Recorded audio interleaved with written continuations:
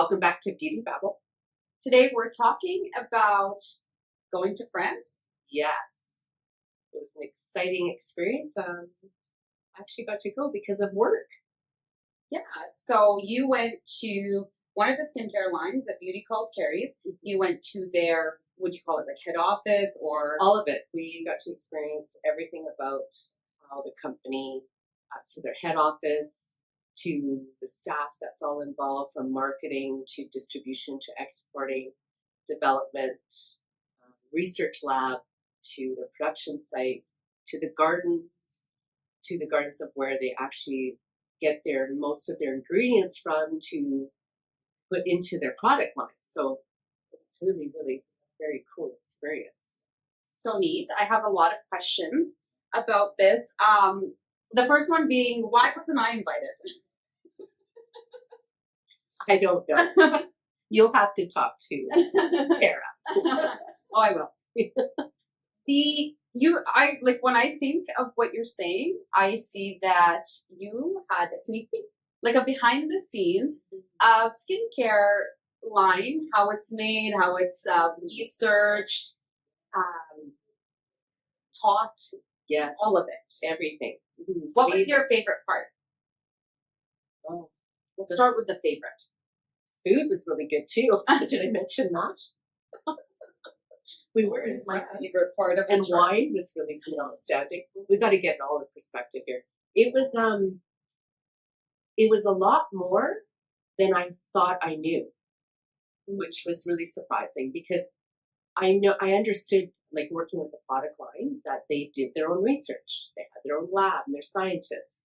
I understand it took 2 years to take, the thought or the idea of a product and to make it launch. That process is 2 years, so I understood that. Mm-hmm. But to see it and how they do it, it just absolutely was like, I could just kept saying, wow. Until you see it, you don't really realize. And then the production, when they take that and they launch it, okay, now how are they going to market it and get it out there? And then when they take it to the laboratory to make the product, this factory, their production site was huge. Like my phone, I think I don't have storage left of all the videos and everything that I took. And what they did, and they actually explained, the director of the production site was amazing because he took us on our personal tour. That's what happened. We had our own personal tour. So a group of us went. So from here in Edmonton, there was 5 of us. And then in Calgary, there's a school that also has the product line. So the last time they were there, I think it was the owners that went, but this time they brought out the head instructor so they could see what that was like. And she too was amazed by it all. And then we had another gentleman join us out of Toronto because he's also helping to distribute the product line, so then he could understand the whole thing. When they make the products, they don't just make them and say they tested it on 25 people. Then they took us to the research area, and what the scientists did, they have over 30 of their own scientists doing this and researching and developing the product. Then when they take it to the person, when they want to take it to people to see if it's going to do its job, when they think it's all stable and ready, and there's all these stages to it. It's just amazing. Then they use these machines, an electronic level, I guess you could say, or technologically so advanced that they're monitoring the skin at a cellular level of how it's actually working. So it's not just a person's point of view. And one of the, I could probably get the name, we could put it at the bottom of this, is one of the ones they do is this 3D, and they actually video the whole thing, and then they can see it at that level, the before and during and after of what they do. That's interesting because when I've gone through the technical manuals and I used to do the product knowledge classes for the skincare line, they would have this product, after testing, results are 98% retention of hydration or whatever. Right. And I always thought that was, it's interesting. Okay, good. They obviously know what they're doing. But then I didn't realize what they did. I just was like, I had no clue. I didn't realize it was a Exactly. machine. And there's a few of them. Yeah. But this one in particular that they have, if I'm not mistaken, and we could find out the quote on this, I think there's only 3 other companies in the entire world that have this machine. And then when they have the people involved, they have over 500 people that they work with within their community. And I should tell you a little story about how that, because that was really quite amazing of what they've been doing with this. But the people that they use is from their community, from their area. And they bring in people, and then they're in a private cubicle to go through the questions and everything. They cannot talk about it. They have to just give their honest thoughts about whether maybe they sent them the product to try for this trial run. Maybe they were the model coming in and they had the product. So they really, really do involve people in it. It's not just some scientist saying, yes, listen to us because we're that intelligent and you should just follow what we're saying. I think the other unique thing is that, maybe I'm wrong, but a lot of skincare brands get developed or manufactured in laboratories that manufacture multiple brands versus this is dedicated to this brand. Yeah. It's their own. This company has their own laboratory. They do not have any outside skincare cosmetics at all in that facility. So they have full control of what's going on. One thing that I liked about the product line is they focus on putting their money back into the company itself to better develop, maybe manufacture product-wise or research. Like right now, they're very big on what's what I'm looking for with their environmentally friendly. So their packaging is recycled. Their products in a jar that now you can keep your jar and then take the little part out and put in just the product so you have something to put it in again, right? So they're very much about the environment, community, that type of thing. And I mean, I've been with this company, I guess you could say, since like the early 90s when I first was introduced to this company. And they manufacture a couple skincare lines out of that, but it's their own as well. It's Sotis Group, and you can look online what they bring in. I'm the educator for Bernard Cassiere, which is one of the lines. Which is one of the lines. So I was invited along with Beauty Vault to the Bernard Cassiere side of things. Did they talk about Sotis? Well, yes, because I had it and I got to see things. And so they explained how it worked, that when they develop, and what's the differences in that. But the company Sotis Group owns all of it. So they're manufacturers.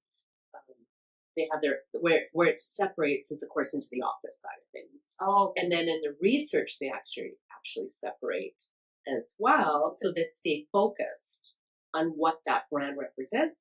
What's the idea behind it? So they don't just oversee all of it. You're not crossing. Yeah, the manufacturing side of it, well, that's different because then they'll run through it. They were actually, ironically, we thought they planned it's all Bernard Cassiere being done. So it's really neat to see the huge, massive tubs of where they were doing the cream.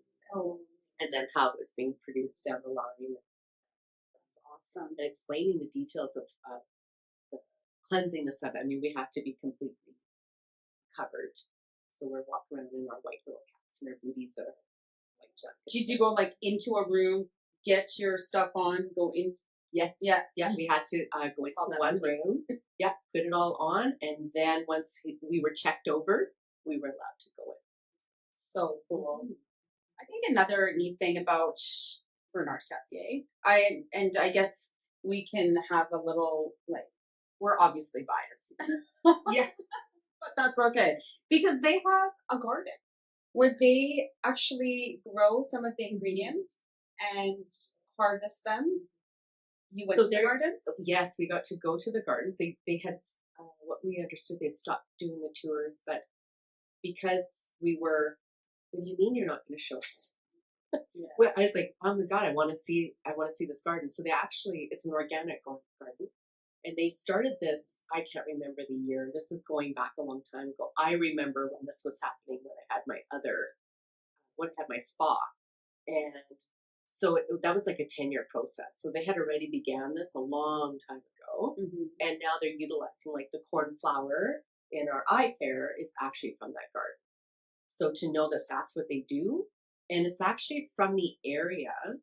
So this is the neat part of Soti's group, I'll say. Bernard Cassiere itself, speak on that because that's what we went through.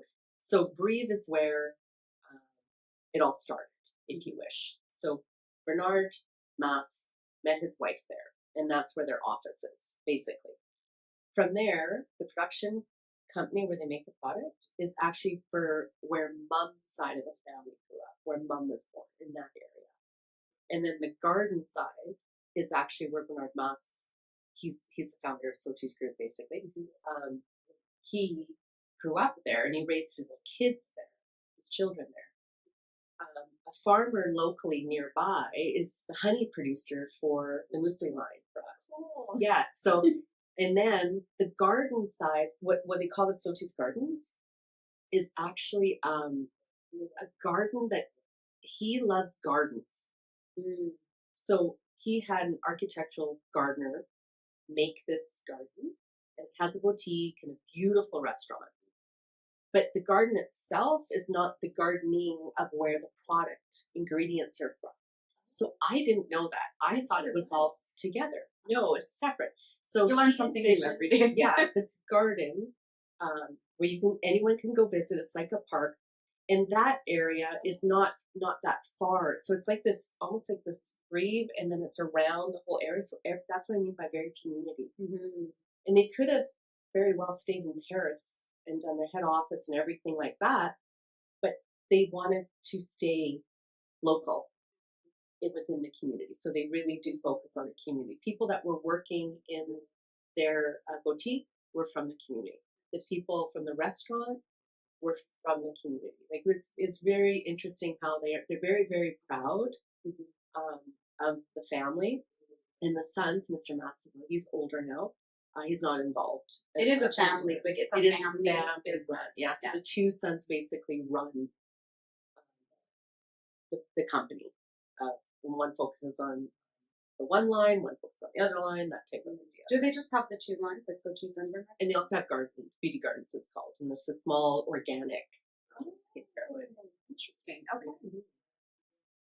Yeah, so that's all the things that kind of surprised me. And then where their garden is, of where they actually grow for their ingredients of everything that they can try to do locally, either from there or in France, is their first priority. Right. Then they source outward. And they usually do, like, I know on packaging or when teaching it, it was free trade certified, or like they're always very conscious of where the ingredient is coming. Yes. And if you're not sure what that means, it's basically when they order in an ingredient, where is it being sourced from? How are they treating their workers there? It's not, children, and it's, they're. And I think it's also where there's a guarantee that people who are working to harvest the ingredient are being paid a fair price. Correct. For their labor, and there's an exploitation of people. Yeah. And the standards in Europe are actually very high in order to have product and when they distribute that way. So having the company understand, because they are across 50-some countries, that they understand every country is different and the protocols for every country is different. So I just applaud them for the amount of work that they do in order to help get it into Canada. And if something comes up, they're on it right away to ensure. So before they even make an ingredient or make a cream, they really do look at how will this affect everybody. And that's how do you keep up with the regulations of every country. And then you look at climate. Will this work in this climate? So it's just amazing that, like, probably our country will be for hydration testing, whereas maybe not so much in some other countries. But it was neat. And if you go to their website, Bernard Cassiere, you will see the little house, their story. Well, we got to go see that house. Oh, you did? Yes, and the director of the Gardens and Boutique restaurant is a very close friend childhood friendship with Bernard Cassiere. So he runs it for him. So that's what I mean, another community thing. So what is he the told house? us- Is it inhabited by people who live there, or is yeah, it it's still no, it's still the family. They still we didn't live go there? in the house. No, they use it as a summer now retreat that they go to. Oh, nice. And sometimes they actually even run, because it looks a little bit different on the site there, because they've expanded, they've recreated the barn, and they'll actually do training there, and whether it's meetings or things like that. So like a retreat idea too that they do like that. So I was trying to find out more information about that one too. I think if you do that retreat, you probably need somebody to come with you to film, and we can chat about it. Yes. I'm trying to get myself a trip.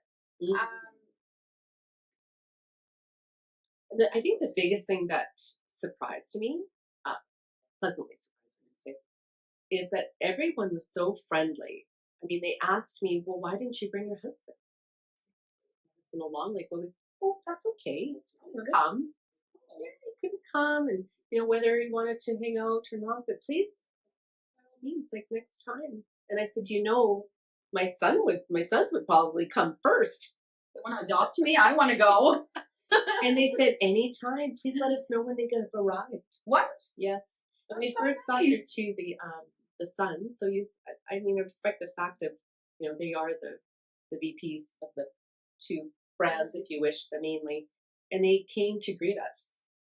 And they worked around their schedule to be a part of us, and they made sure the last night that we were there, they took us for dinner, we hung out, and it was very laid back and easy, and I don't know how many, there's a few people I know of, and I think that's one thing I like about and admire about the relationships that Tara and Patty have created, is that They're the founders of Beauty Cult, yeah, that these are the people that they attract to each other, and that's the type of people, really family-based things. And I think when you have down-to-earth people like that, it's like you don't see that very often when it's that big of a company.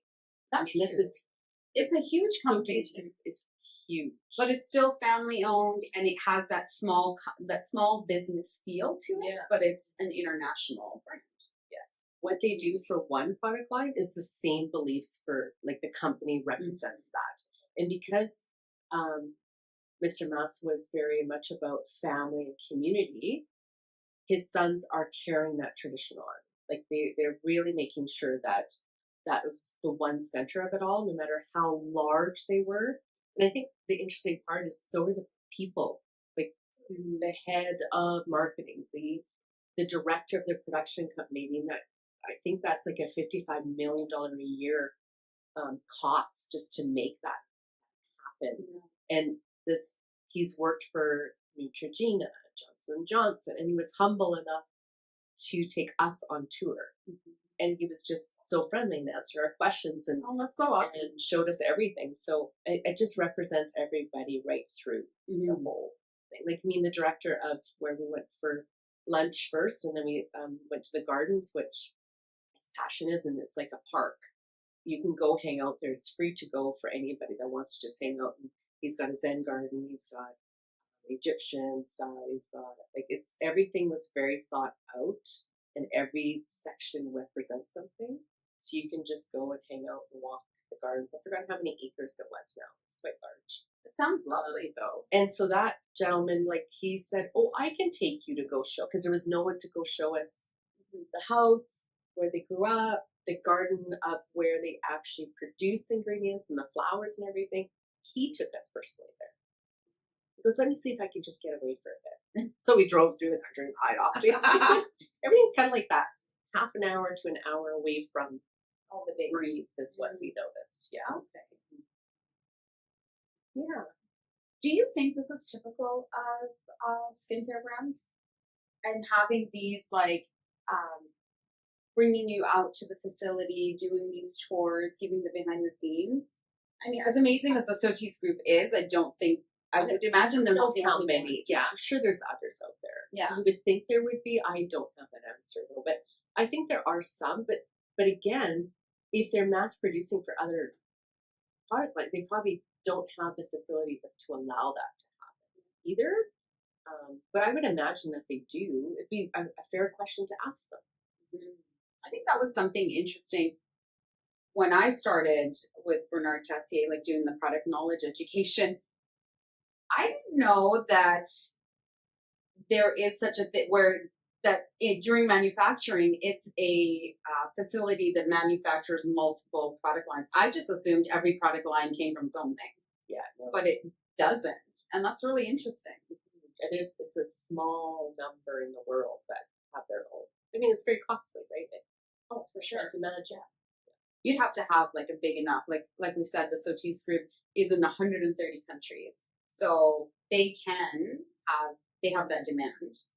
And then we were looking at taking pictures, and they're like, "Oh, make sure you don't take pictures of this part," because they were developing new product. Oh, so it's really cool that we can see it. It's like, well, we'll take it from this angle, we promise. You can't tell. No. I think we'd get in trouble if we don't know what was coming in the years to come. But so to give you an idea, whatever they're launching next year is being developed. So it's not there yet, right? It's just interesting because before they even talk about it, so their scientists basically look at how to do it better, how to improve this. So if hydration is your product line and you want to make it better, it's just mind-blowing to me that you can make it even better and better. But that comes with science. Yeah. And that's the research behind it. So what they do together, and there's a group of them that come together and say, hey, I've got a great idea. I've been researching this, right? So it's just interesting. And that's the thing about the aesthetic industry. Like even we just narrow down on skincare. It's constant, like new product is coming up, reformulation of a product. It's like, but it was great, I loved it, but then it's even better. So there's always that progress because they're always researching, discovering new things. It's not a stagnant industry. There's always change. But that makes it challenging too because you're constantly having to learn new things. Yes. So can you recap for us 3 things you learned that you didn't know before because of your trip? And it can also be food related. And thank you. Maybe 1 to 3 things you wish you'd seen more of, or not disappointed, but a place of improvement, because there's always. Oh, yeah. Not all the flowers were there. So when can you go? So the next time I'm already thinking, I'm planning another time. I think I'd pick a different time of the year, which I'm going to reach out to ask them. When is the garden available? Because that's the other thing is you can't just go any time of the year because it closes a certain time. Why? Because there's no flowers. Oh, okay. Or they're too young to come here. They don't want anyone going.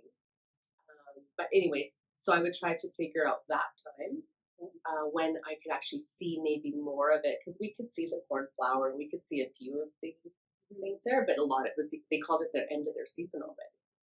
What? I know. And that was in June. They have better climate than we do. Yeah. Well, it could just be the type of. Oh, I guess. That they have, right? I mean, I'm not a gardener. What else?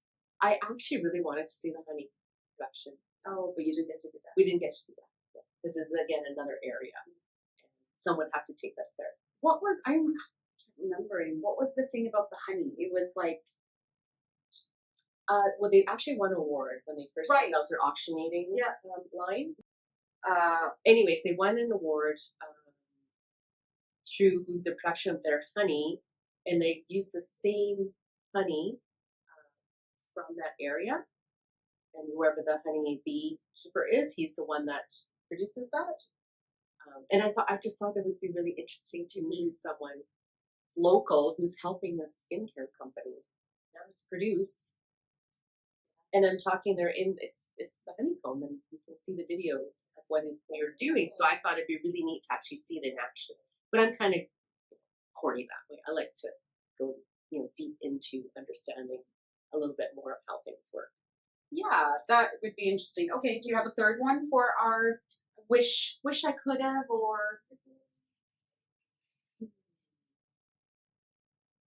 Honestly, I think we needed more time so we could see all these things. More time, that's good. Okay, so how much time did you have actually? We had 5 straight days, full days of everything from training. We had hands-on training from the international trainer as well. And then, of course, visiting these places, the production site. the place where they're actually exporting all of their items, a separate factory for that. Gardens. Okay. That's okay. That's good. Those are actually really good feedback and something that you would probably take into consideration next time you go with me. No, so she plugged that one in there. All right, and then if we can recap your 3 highlights, what you learned, maybe something you didn't know about. I know we've talked about a lot of stuff, so if we just kind of wrap up at the end. Okay. I think the part where they're doing the research and how it's separate from everything else, it has its own building. That's where the scientists and researchers are. And the level of what they do to go there. So when I think of like a lab, I'm almost going like to a university, and you think a laboratory, and that was my vision of it. And it's similar, that idea. But the level of the technology behind it all, I think seeing that more so, and which led to more questions for us, right? And the person that was touring us around, she was the one overseeing Bernard Cassiere completely. And then who was underneath that, and then seeing the equipment that they use for their testing, which that's cool. That was really interesting. That was like, we asked how much it cost, but I don't think she had the answer for that. But she didn't have the answer for it, but she said, put it this way, I think there's only us and maybe 2 or 3 others in the world that have this machine. Okay, if we can get the name of it, we'll link it in the show notes, just for curiosity's sake. I really want to know what it is. And their training facility, so I wasn't there previously, so I don't know what it looked like before, but their new location is amazing facility. They took over a historic building of the Bank of France. It was really cool. Yeah, it was really interesting. And then they just had all laid out, and just to see how the trainer did the training. So as an educator, I was really watching and learning and trying to take her tips and seeing what she did and the hands-on thing. I think a big thing I learned, this online world, it's good, but it's not like in person. Oh, especially with you were touching people like during a facial. The other thing, I think it's like, if you are going to be doing online training at all, you have to be way more detailed in what you're saying and explaining. Place your point finger with this finger. You can't just do that's the part where my brain started going. Because a lot of people want to do online. They want training from us, but they're not in it. They're too far away. How do you afford to do all this, to come out for all these things, right? Which we understand. So I think that's changed my way of, okay, how I'm going to do training from now on. If there's online, live, even through Zoom, we do those. How I will deliver that, I get it now. And I thought I understood it before, but I realized, no, we can do better. We can even do way better than that. Yeah, that was the one thing the first thing you'd said, because we did the demo treatment, and it was you wanted to be more detailed because you thought it was one way, and then when you saw her doing it, it was like, it didn't come through. Well, and I think what it is more so that we all learn different. As people, we're different learners. And if we're not touching on all of them all the time, and I mean that's all the time, it's actually a lot of work, which I get. Yeah. But the thing is, if there's questions, I can talk to anyone from that company and say, with marketing, I have a question for you, and they're like, yeah, reach out to me. The trainer, she's absolutely ready to come online, talk to us too. She's looking at coming to Canada, so we're excited to see how she can get that. Yeah. Yeah, so I think that was another one. Great. Well, thanks so much for giving us your feedback on your trip, or thanks so much for telling us about your trip and sharing your experience with us. It makes me want to go more than I did before, which was a lot. So that's good. You're welcome. And if you have questions at all, reach out. If we don't have the answer, we'll find the answer, because I have connections now. Nice. I'll put some links in the show notes too, like to the Sochi's group page where you can see the numbers and maybe a link to the garden. All right. Well, we'll see you next time. Thanks for joining us again. Bye. Thanks for listening to Beauty Babble.